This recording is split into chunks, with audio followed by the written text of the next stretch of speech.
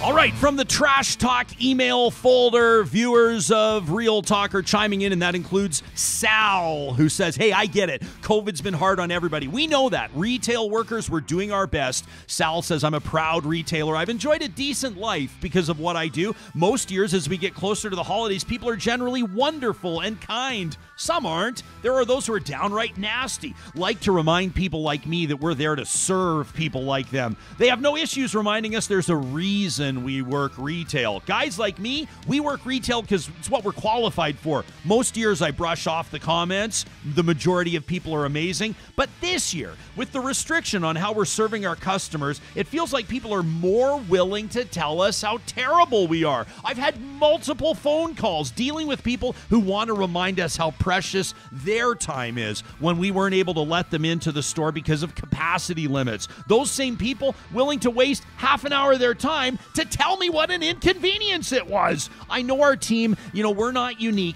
and you can hear stories from every corner of retail, especially this year. Okay, he says most of these incidences are shitty, but they're not common. My rant here, just a reminder, we're trying to make a living. We are trying our best. We're at the same risk as everybody else serving the general public. Just be kind. That from Sal. This from Kim. Kim says, Jespo, I stepped in it on Twitter for commenting you shouldn't have guests who have a habit of blocking Albertans. She's talking about David Staples. She says, but the thing is, Ryan, it's infuriating when journalists and politicians block citizens of the province simply passionate about holding them to the basic standard of telling the truth. She says, I'm not talking about bots, trolls, or provocateurs. I'm talking about people like me and thousands of others who are simply sick to death of being gaslit by people with platforms, people willing to say something about it. It's not personal, says Kim. It affects the entire narrative of our province, and it's dangerous.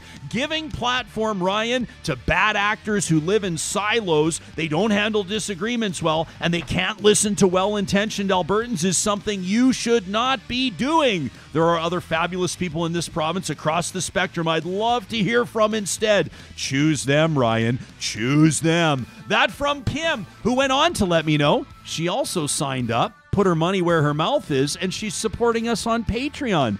Thanks, Kim. We've got a special announcement for you early next week. And here's my trash talk for the week. I guess in a way it has a little something to do with what Sal said. Kinda, sorta.